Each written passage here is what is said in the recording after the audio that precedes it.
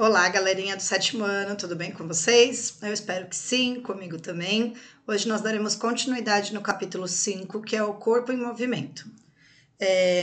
Então ele vai falar um pouquinho sobre as visões sobre a dança. O que significa isso? Nós vamos ver várias obras que tiveram dança como inspiração, tanto obras, desenhos, como esculturas também. Então a gente vai falar sobre um pouquinho sobre a característica de cada artista e sobre como eles retrataram cada uma dessas danças, tá?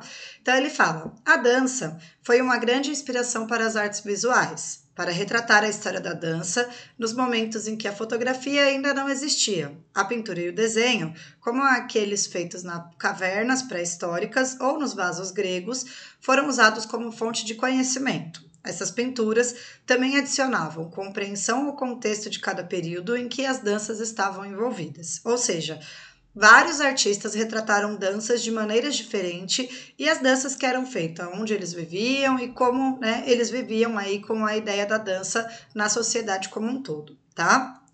Então ele fala: na Idade Média, por exemplo, quando boa parte da Igreja Católica se esforçava para limitar a dança, há diversas pinturas mostrando a presença dela entre os camponeses. Uma delas é a dança do ovo, realizada durante a Páscoa, e a proposta eram colocados vários ovos no chão e as pessoas tinham que dançar sem pisar nos ovos. E aí a gente tem então a dança do ovo, né, retratada de 1637, e é legal a gente ver que tem o ovinho lá no chão e as pessoas estão dançando de maneira a não pisar neste ovinho, tá? Esse jogo aí, ele perdurou durante longo tempo e ainda encontramos pinturas sobre eles no Renascimento, tá ok? Mas eram as danças aí dos camponeses da época.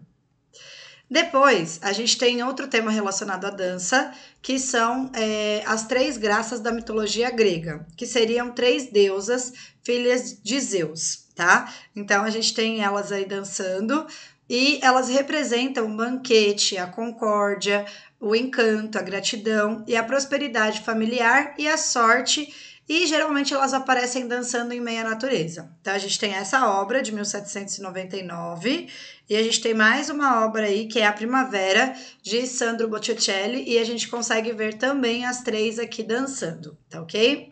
Então, notem aí que elas são temas que foram abordados mais de uma vez em quadros. Depois ele continua: pessoas em seus festejos e danças, principalmente ao ar livre, também foram tema relevantes aí para o pintor impressionista Pierre-Auguste Renoir.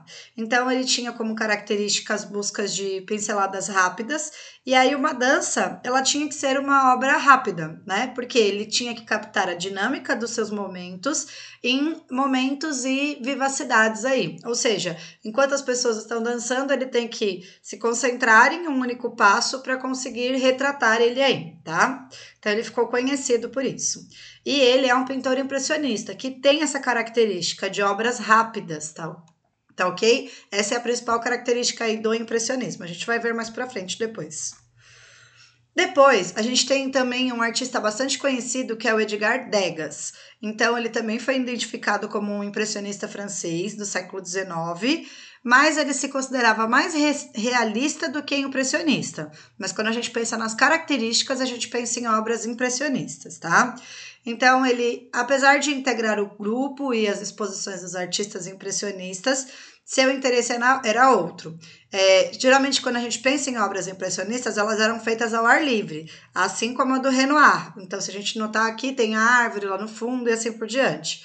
O do Edgar Degas, ele ficou conhecido porque ele gostava de fazer em ambientes fechados, e principalmente aulas de dança de balé. Então, ele tem várias obras onde ele tem obras de balé aí, das meninas dançando mesmo. Essa é uma obra bem conhecida, em que ele mostra uma bailarina aqui, ó, coçando as costas. Então ela ficou conhecida aí por essa bailarina coçar as costas, que é um ato muito rápido de ser feito, e ele pega exatamente esse ato aí para poder desenhar. Então, além de desenhar todo mundo prestando atenção lá no professor, né? Parece que aqui é o professor, além de todos prestando atenção, essa moça aqui, ela coça as costas. Não sei se dá para ver aí na apostila de vocês ou não, tá ok? Mas ele ficou conhecido aí pelas bailarinas. Bom, Degas, ele também não era apenas pintor, mas ele era gravurista, fotógrafo e escultor. Então ele tem uma outra obra muito famosa, que é essa aqui, que se chama Marie Van Goethen. Ela é uma escultura de uma jovem de dança de 1881 e essa jovem tem aí 14 anos. Ela foi feita primeiramente em cera e depois em 1922 em bronze, tá? Então, ó, notem aí que a diferença de idade é o tempo que ele demorou para fazer. Então, Degas, ele vestiu primeiro ela com uma saia de algodão e uma fita no cabelo, também de tecido, e que era bastante aí diferente para a época. Então, notem aqui, ó. Mas ela, a princípio, ela não parece uma bailarina bonita. Então, por exemplo, ela muitas vezes é abordada entre o belo e feio, se você considera essa obra bela, como a gente pode trabalhar isso em arte, tá? Então, estudos recentes, né, mostram que o fascínio de Degas por essas bailarinas vinha de um sentimento que não era de admiração, mas era de desprezo. Então, existe uma pesquisadora, né, chamada Camille Laurens, que é autora do livro Lilith Dancer Aged Fortune, que significa, né, a pequena dançarina de 14 anos, a verdadeira história por trás da obra-prima de Degas. E aí ela fala que nessa escultura, Degas modifica o formato do crânio da bailarina para que ela pareça mais primitiva, ou seja, que ela pareça uma pessoa primitiva mesmo, a fim de manifestar uma realidade interior que o artista atribuía à menina. Nossa, meio dramático, né? Quando a escultura foi apresentada, então, à sociedade francesa do século XIX, ela causou um certo escândalo devido à suposta feiura de suas feições. Então, como eu falei, geralmente quando a gente fala desta bailarina aí do Degas, a gente usa como relação o belo e o feio. Será que essa bailarina é de fato bonita? Ou será que essa bailarina é algo feio? Tá? Então, a gente geralmente utiliza isso como tema na aula de arte. E aí a gente tem, né, quase no mesmo contexto de Degas e considerado um artista pós-impressionista, a gente tem o Toulouse-Lautrec, que é um pintor, desenhista, ilustrador e gravurista francês. Seu principal interesse eram então as danças ocorridas nas noites boêmias parisienses, como as do Cabaret Moulin Rouge. Então, vocês já devem ter escutado falar aí do Moulin Rouge, e o Toulouse-Lautrec ele ficou conhecido por trabalhar obras dentro deste Moulin Rouge. Ele gostava de retratar as moças lá dentro. Como eu disse, cada artista retrata a sua dança da sua época, a época em que ele viveu. O Toulouse-Lautrec faz isso, tá? E, por fim, a gente tem, então, a escultura A Valsa, da francesa Camille Claudel, que também causou escândalo aí quando ela exibiu pela primeira vez, porque o casal está retratado nu. Então, apesar de haver muitas obras representando os nus em esculturas desde a Grécia Antiga, os padrões morais obrigavam a artista a vestir a sua escultura, que, mesmo modificada, manteve a beleza e a sensação do movimento. Então, a gente tem um monte de pareceres aí, né? Ela era uma mulher que fez os dois retratados nus, causando escândalo aí para a sociedade como um todo, tá? Por fim, então, a gente não pode deixar de já apreciar uma obra chamada A Dança, do Henri Matisse, não sei se vocês já viram ou não.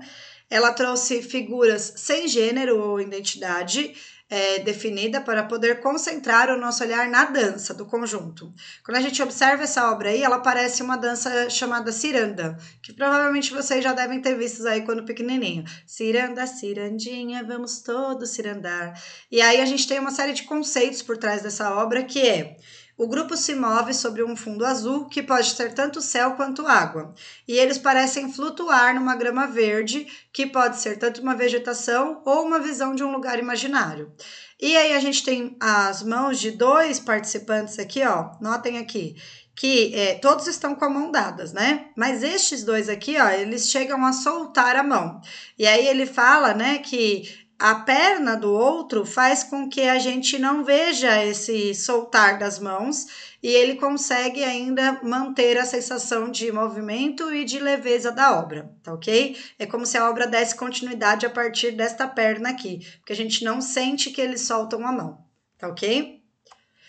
Bom, pensando em dança, então, a gente tem as atividades da semana, tá? As questões são página 264, exercício 1, 265, exercício 4, para conferir 267, exercício 5, e a gente tem um exercício prático aí, que é o da página 266, exercício 9. Então ele fala: busque vídeo de danças na internet e, utilizando lápis de diversas cores, tente retratar no caderno de arte os movimentos desenhados no ar pelos gestos dos dançarinos. A ideia é criar uma maneira para expressar o que você vê e o que você sente dessa dança e da música que o acompanha. Então, vocês vão buscar alguns vídeos aí na internet, pode ser de uma dança atual, tá? Se quiser escrever qual é o nome da música, né? Ou dos bailarinos, ou dos dançarinos e assim por diante, e vão tentar retratar alguma coisa que vocês acham interessante aí desse vídeo de dança.